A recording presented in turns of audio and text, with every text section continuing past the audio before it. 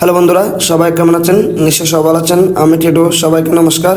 তো আজকে চলে আসলাম নন্দনকানন। আজকে হচ্ছে উল্টো রথযাত্রার দিন।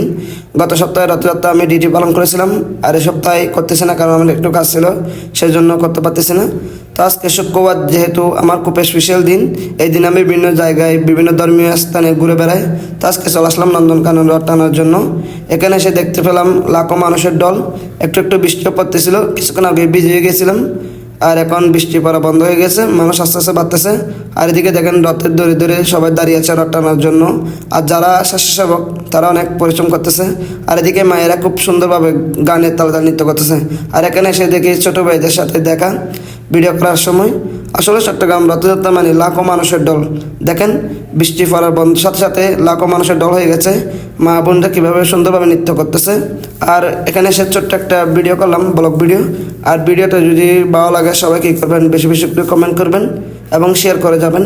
আর কে কোথা থেকে এই ভিডিওটা দেখতেছেন সবাই কমেন্ট বক্সে কমেন্ট করে যাবেন। আসলে রথ টানার সময় অনেক মানুষের ভিড় হয়, আমিও টেনেছিলাম, তাই এখন ভিডিও নিয়ে ব্যস্ত। আর কে কোথা থেকে এই ভিডিওটা দেখতেছেন সবাই বেশি বেশি করে কমেন্ট করবেন। সবাই ভালো থাকবেন।